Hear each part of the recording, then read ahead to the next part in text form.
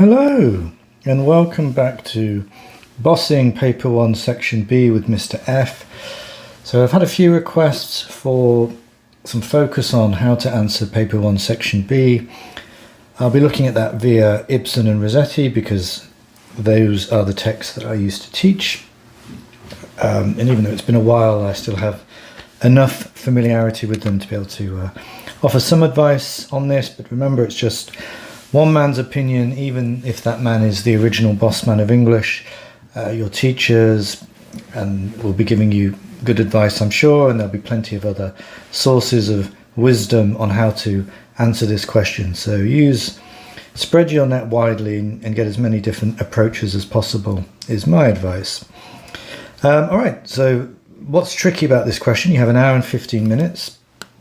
You want to spend a good chunk of time, at least 10 to 15 minutes planning it. And the first thing we're going to have to do is sift. We get a list of 6 questions now, or 6 statements, but we can think of those as questions. Don't forget, as you can see here, that one of those, usually the 12th, will be on another page, at the top of another page, and then you'll see end of question paper. So if you don't like the 5, you might get lucky with the 6th. You just need to remember that that's there. And then it's a case of which one will allow you to answer on these 2 texts in a comparative way. It's a comparative essay in the best way. Now, most of them will be fairly obvious statements, and that can be a challenge because, it looks maybe difficult to say anything new or original, but there's always ways to challenge the obvious, and I would encourage you to do that at least in some part of your answer, not just to say, yes, of course, we live in a world of constant change, and then refer to Ibsen and then refer to Rosetti, where maybe instead of just talking about change, we might talk about similarity or lack of evolution, but kind of tradition maybe. Torvald maybe is a good example of someone who is unable to change or unwilling to change, and so rests in those kind of conservative ideological traditions. And that's the problematic of that relationship with Nora, is his inability to perceive a changing world around him. So yes, the world is changing, but within that changing world you'll have people who struggle to accommodate or move with the times. And you'll have some that, you get your statement, and we'll talk about that in a minute. And then, of course, it does give you a kind of key theme that's being asked about here. So we always need to be prepared for disappointments in life. Consider ways in which writers explore disappointment. Literature is very good at exploring intense emotion. How do writers explore intense feelings and emotions? So you are being guided below the statement into what is the areas you should be tackling. Okay, so I'm going to go with love brings difficulties as well as pleasures, which seems a difficult one because it's completely balanced, isn't it? It's like, well, sometimes there are good things, sometimes there are bad things, and that might look problematic if we just look at it from the statement point of view. From the question below it, it says writers explore love relationships. And here I think already with this question, I might be exploring the idea of love in a number of different ways to challenge the obvious and add a bit of nuance to that obvious statement. So I've sifted down from 6 to 1, and I'm going to be looking at Ibsen and Rosetti through the lens of love brings difficulties as well as relationships. Okay, so this is my recommended process. How to answer these questions. You must look at Ibsen and Rosetti's life and work in the light of this statement. Yeah, because it says that in the question, doesn't it? In the light of this view, consider ways in which writers explore love relationships. So in the light of this statement, that statement is a possible interpretation of them. It's a lens through which to view them. And then we might turn that statement into a yes-no question, because sometimes that can be helpful in helping us make up our mind in whether it's always the case or sometimes the case or never the case. Are the difficulties and pleasures of love, explored in Ibsen and Rosetti? Is it more of one than the other? What aspects of them do they explore in their work? So yes, no, sometimes, a mixture of both. So there's my approach. So that statement is a lens through which we can interpret the works and lives of these 2 writers. And then we can turn that into a yes-no question to decide how much is that true or not true of the lives and works of these people, or is it a mixture? And then we can start to challenge the obvious and bring in some nuance. Of course, we need to remember the different weighting for the assessment objectives. We have AO3, the context in which literary texts are written and received, 50%. The comparative element, so I need to be switching back and forth in my introduction and throughout my body paragraphs, comparing the two texts and two writers. And AO1 knowledge. AO1 is something that you'll intuitively be doing by having a thesis statement and demonstrating it with your examples from lives and texts. But in there, you want to have a high register, a high kind of academic register in which you're using critical concepts, terminology, to elevate that to a level 5 or level 6. Then there's AO5, different interpretations. This could be specific critics commenting on Rossetti and Ibsen. It could be frameworks of interpretation, a feminist reading, a Marxist reading. They can be performances, adaptations, reinterpretations. For example, with A Doll's House is a very good one, a short film called Nora that you can find on YouTube. I think it was originally on The Guardian, which is a modern realization of what a modern day contemporary Nora might look like. What might her challenges be? What might her dollhouse be? And that's quite a nice one to show you. I think it's from 2013. So if you get the name of the director, the year, and reference the name of the adaptation, that's taking the character and bringing it up to date for a millennial audience. Okay, so once I've decided on my question and kind of analysed it in terms of what's my take on that question,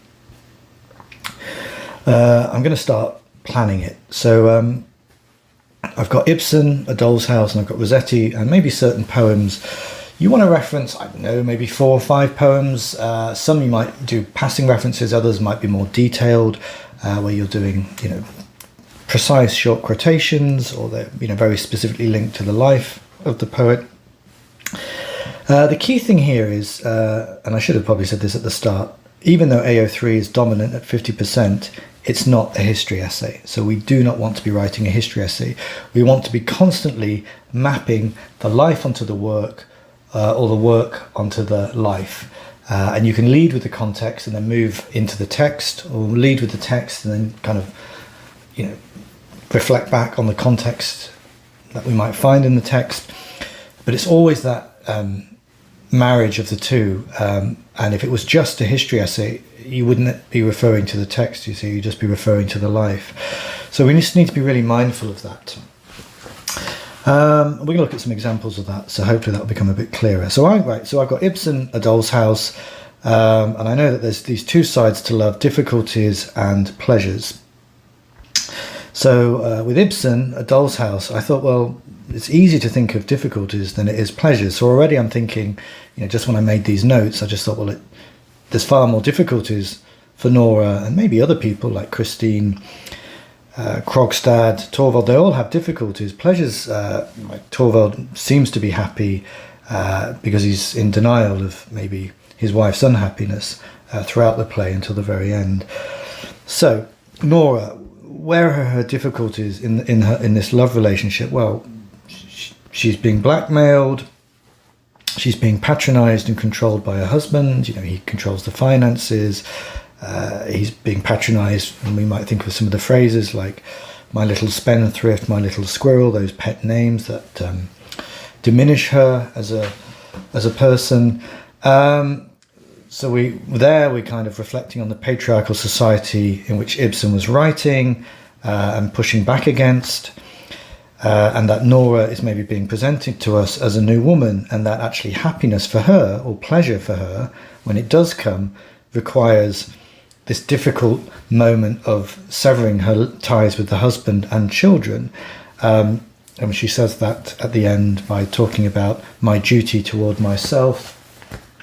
And she also mentions, doesn't she, about being a human, doesn't she?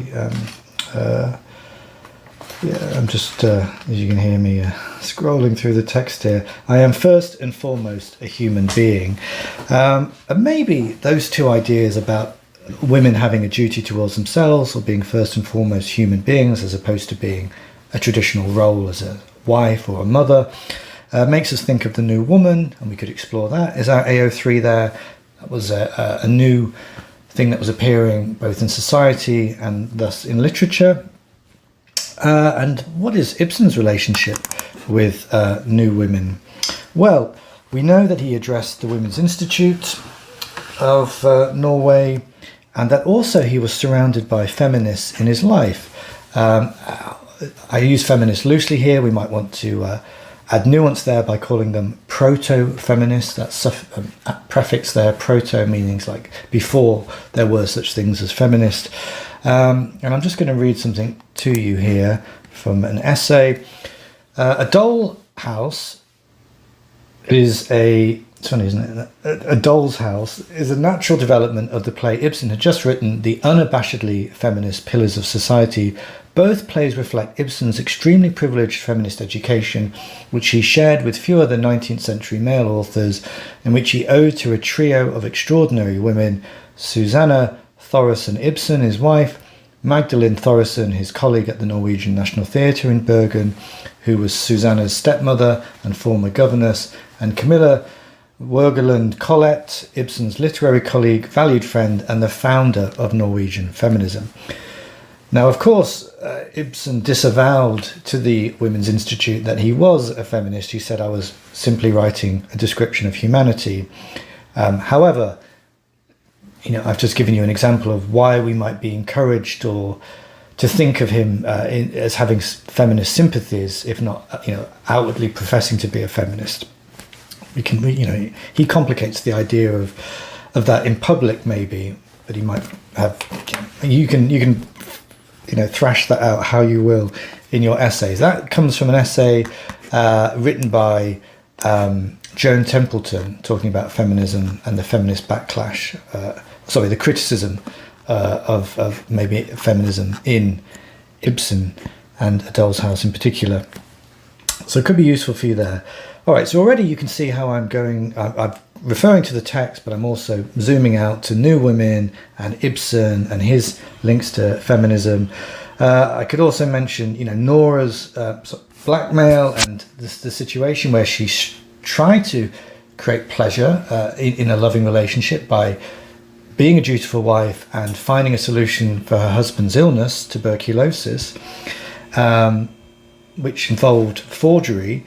And this ended up becoming a difficulty. So, in trying to do the right thing, the dutiful thing, this backfired massively and it ended up making for the difficulty of blackmail with Krogstad and having to, work as she did as well. And again, there, when thinking about the tuberculosis and the forgery, we could also refer to Laura Keeler, the real-life inspiration for Nora Helmer in the play.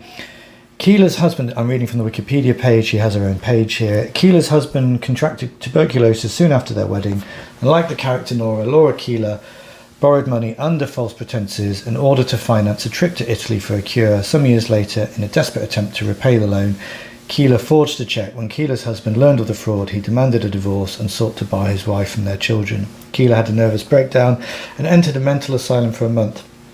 They were later reconciled, but Keeler never forgave Ibsen for using her life as fodder for his controversial drama.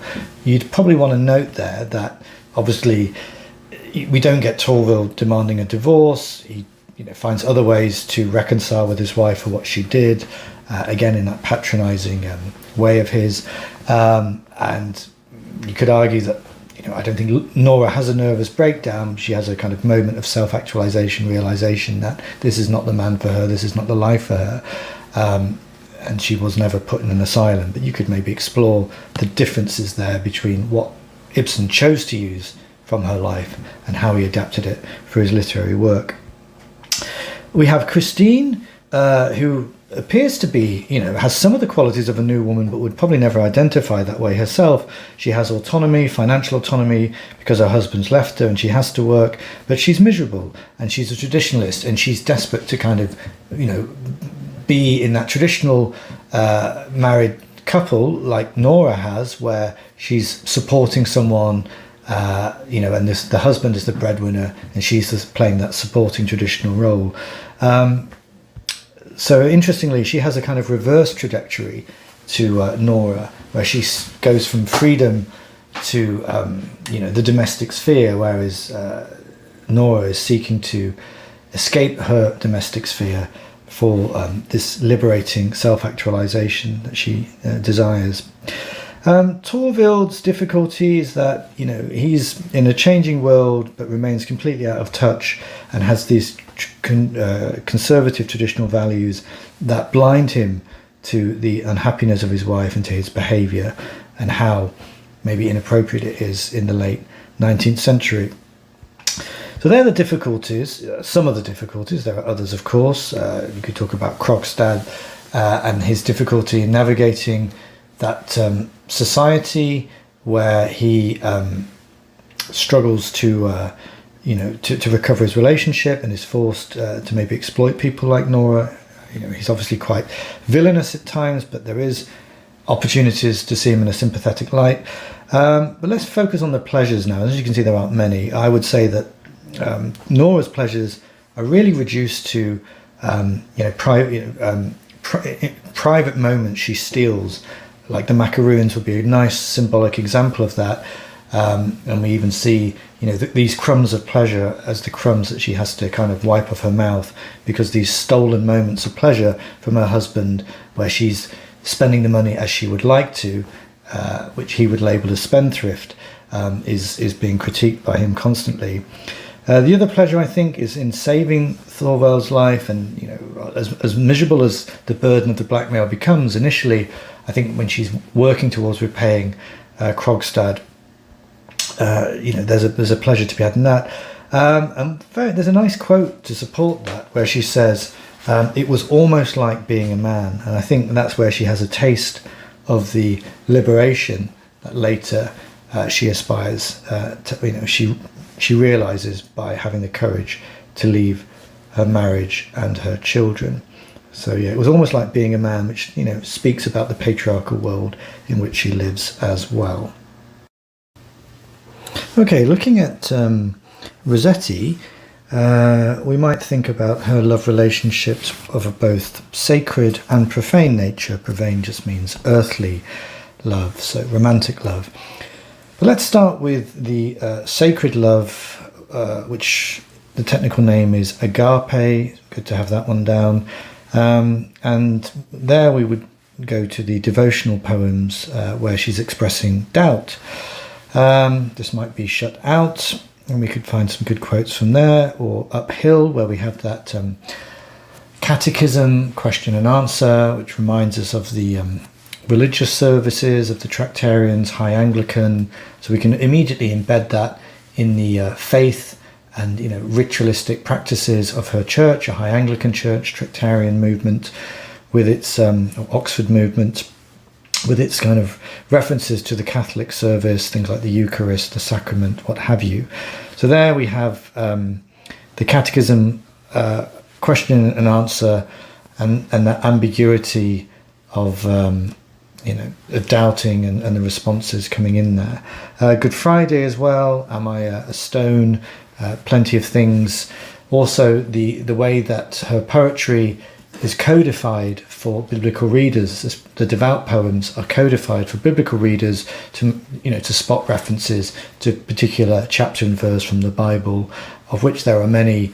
The house in Uphill, or in Good Friday, the references to the women at the foot of the cross, and the references to Peter the thief, who was also crucified next to Jesus, things happening in the sky, Moses smiting the rock, many biblical references in there, encoded by the poet for a devout audience.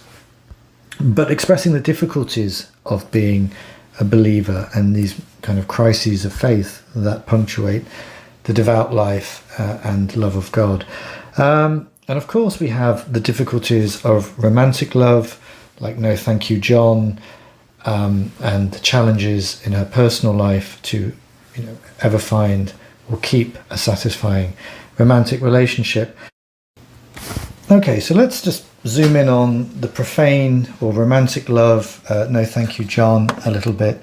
What could we say about this if we were using that to talk about the difficulties? Well, this is a poem in which we have a dramatic monologue, so we might want to use some of that terminology with the first person, and quite direct, isn't it? I never said I loved you, John. We have phrases, alliterative phrases, wax a weariness to show maybe the exasperation she feels.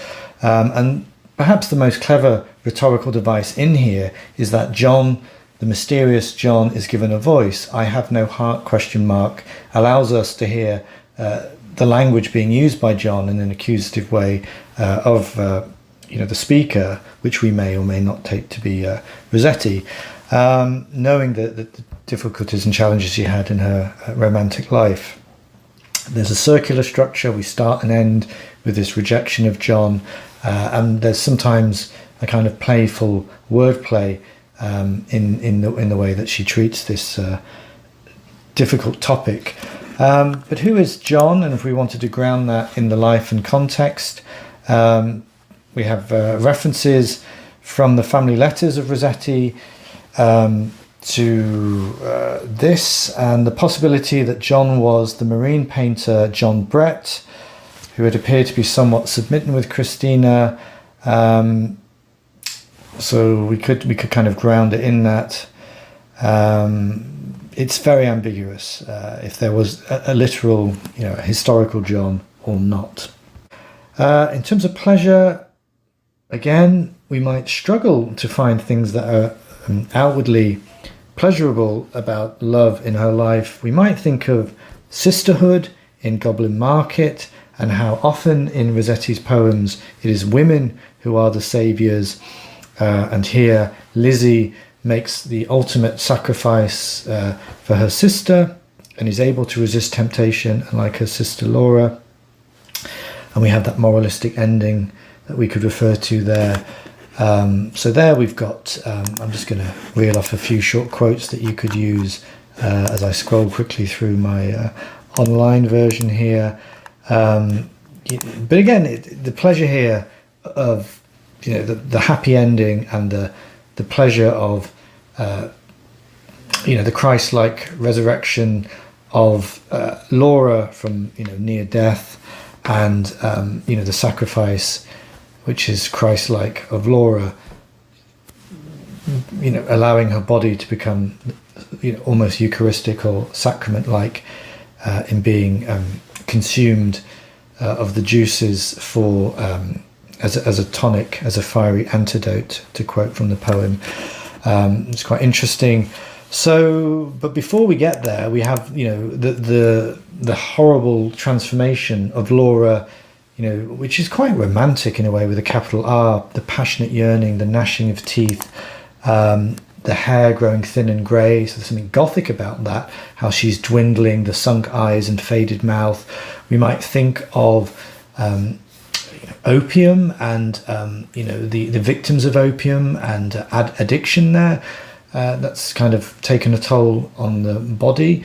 We might also think of maybe some of the women that Rosetti would have encountered at the St. Magdalene Penitentiary, which supported fallen women, to quote the Argo of the time. We've got, but ultimately we get that moralistic ending, which sounds a bit out of key, doesn't it? Where we have, for there is no friend like a sister in calm or stormy weather. It's very kind of corny, to cheer one on the tedious way. And after this kind of epic of decline and recovery, we get this kind of tacked on moralistic, ending that feels almost, something out of Aesop's fables or something like that. Maybe a birthday as well, which has that beautiful imagery the references to peacocks and something almost like, and I feel like that's the one in terms of the imagery that's the closest to the pre-Raphaelite Brotherhood in terms of the bright colours and exotic references. I think there's pomegranates in there. I'm just trying to find my version of it, which of course I can't. But I think that's right. Here we are. I've got it. Rainbow shells, halcyon seas, pomegranates, purple dyes, peacocks, fleur-de-lis, silver grapes. It's an orgy of jewel-like colours and reminiscent of the pre-Raphaelite painters. In terms of AO5, I would quote there Rian Williams from the In Our Time podcast on Rosetti, who talks about these jewel-like colours have the authenticity of the pre-Raphaelite painters. Her poetry is bright and jewel-like in that particular instance. Other things that you could get from that podcast would be, there we are, the Highgate Penitentiary for Fallen Women is what I was struggling to remember before. And we have the fact that she did socialise with feminists, Bessie Parks, Anna Howard, and contributed to their publications, but didn't support women's suffrage because of her strong sense of the church hierarchy and the patriarchy of the church. So she is a contradictory figure, where there are times when we might be tempted, or critics are tempted, to reclaim her for the feminist movement, but actually her faith, dictated how she viewed, the feminist question as it was, or the suffrage question at least. But definitely interesting other redemptive figures in her poems are usually women, such as Lizzie in Goblin Market. Her poems are crowded with men who are in various ways inadequate. Dina Birch, and we might think of about that with John. And then there are the ambiguous poems, but I'm moving away from my point here, aren't I? So Rosetti as well. Okay, how do we put all that together in an answer? What are we going to do there to structure this in terms of our introduction and then our body paragraphs to have a fully fledged answer, which is demonstrating context and AO1, but also constantly switching back and forth between the two, so it's a comparative essay. Well, a strong introduction will set you up for a strong ultimate answer.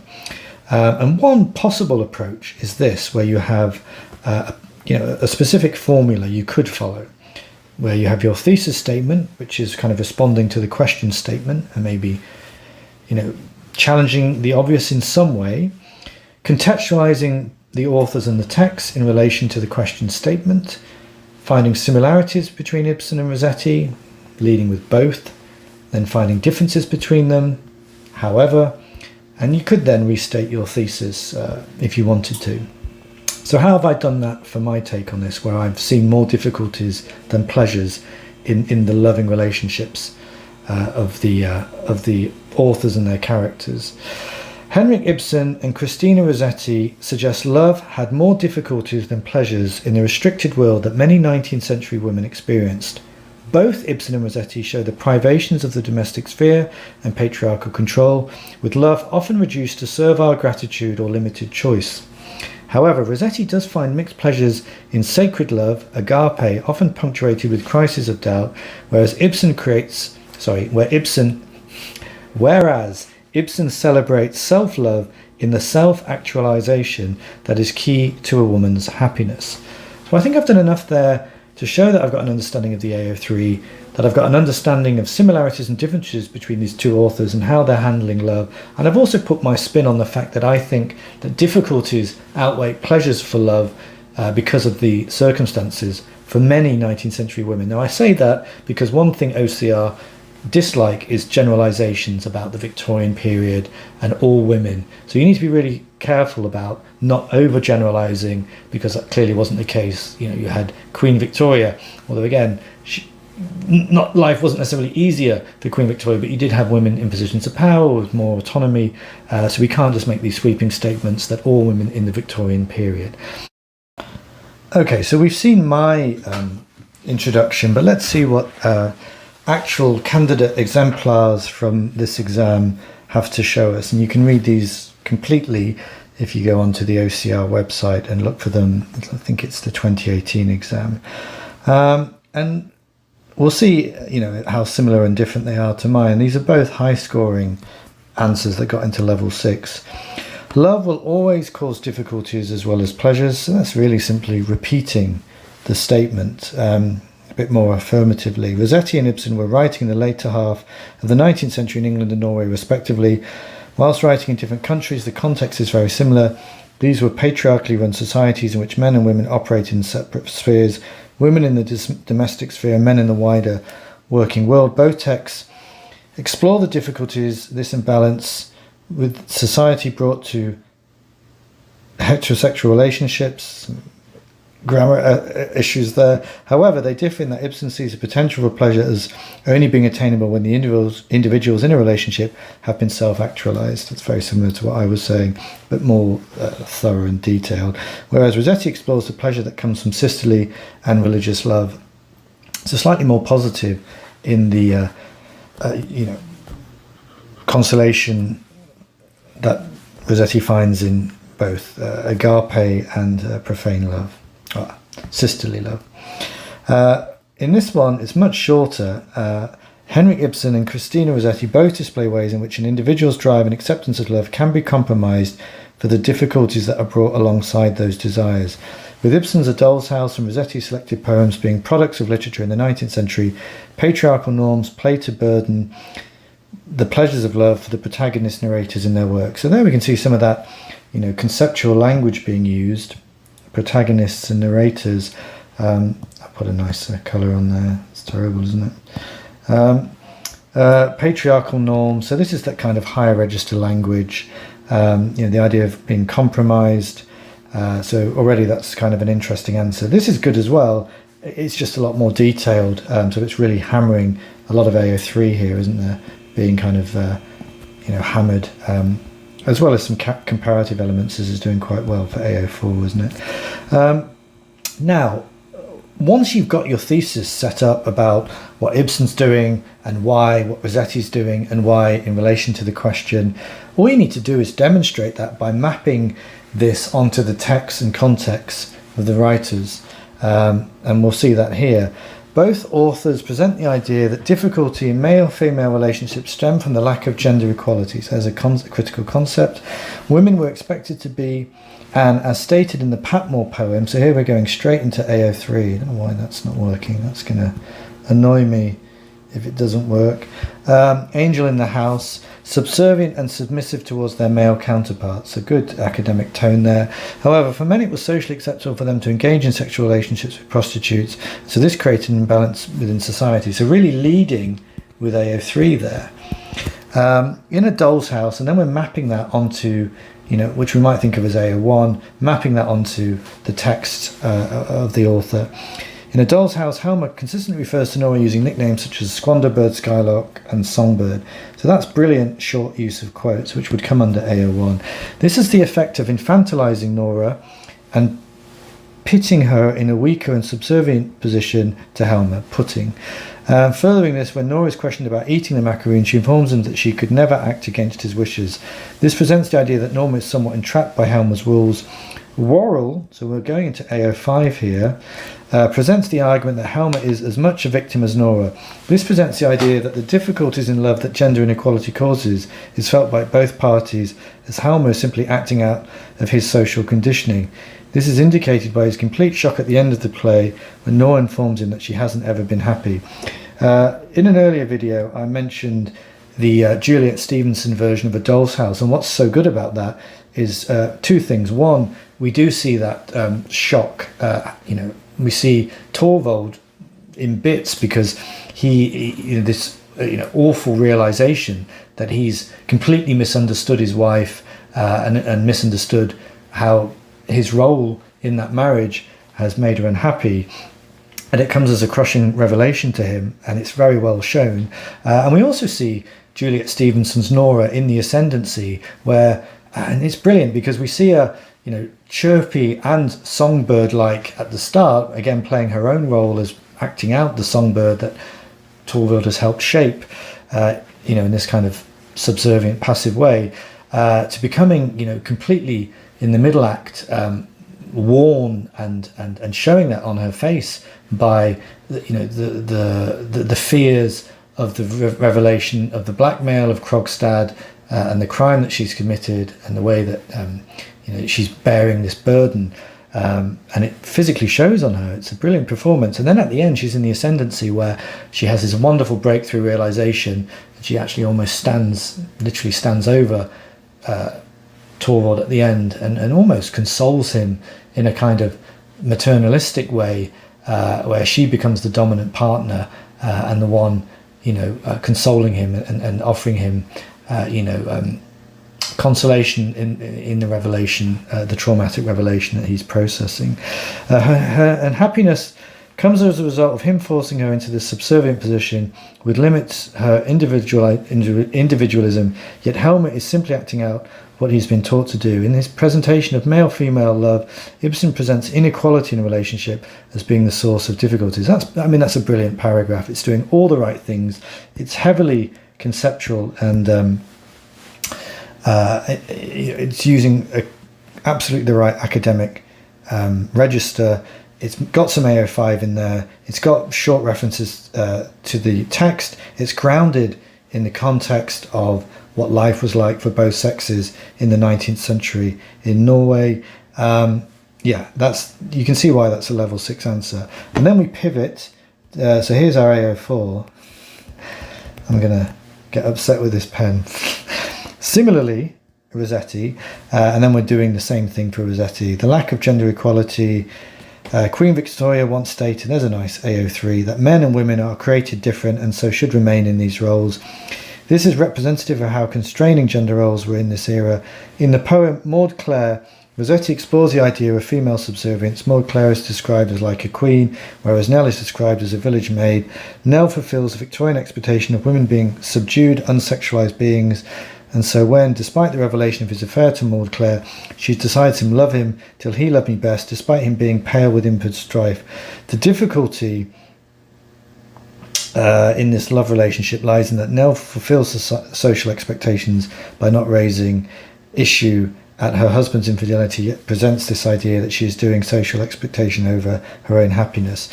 And then there's a lovely pivot, and I think this is a really good thing to do, if you really want to show that I'm doing comparative all the way through, why not come back to it at the end of the Rosetti paragraph? This is similar to Nora's experience, yet unlike Nell, Nora ultimately defies convention in pursuit of happiness. In the poem When I Am Dead, My Dearest, the speaker states that her love told her of the future that he planned, thus highlighting the lack of autonomy the female speaker has. So there's one of those kind of passing references. This is a detailed focus on Maud Clare, but we get this passing reference to another poem to reinforce the same point about autonomy or lack of for women, and I think that's very clever, and a bit of AO4 where we're bringing in Nora and A Doll's House as well. So in those two paragraphs you can see some clever stuff going on. Now I'm not going to go into this like I was going to, but we get you can see a similar pattern of you can see a similar pattern of starting with The Doll's House and then pivoting to Rosetti, you can. What I'll do is I'll link to this board so that you can read through that.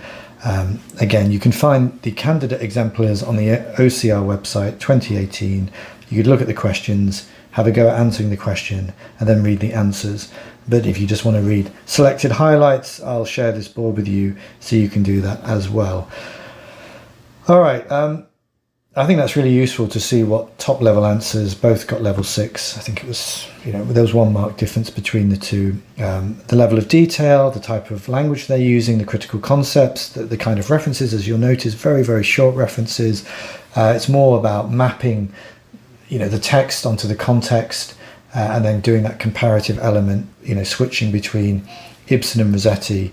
And I really like this approach of, coming back to, if you start with Ibsen, and then you do Rosetti, and then you come back to Ibsen at the end of the Rosetti paragraph, or vice versa. If you led with Rosetti and then you pivoted to Ibsen, you'd come back to Rosetti and kind of tie the two together a bit more to really show that, you know, it's 25%, you are hitting that comparative element there. All right, look, I hope that has been useful to you. You wanted it, you got it, and it's a bit of a beast, but hopefully it will be useful to you.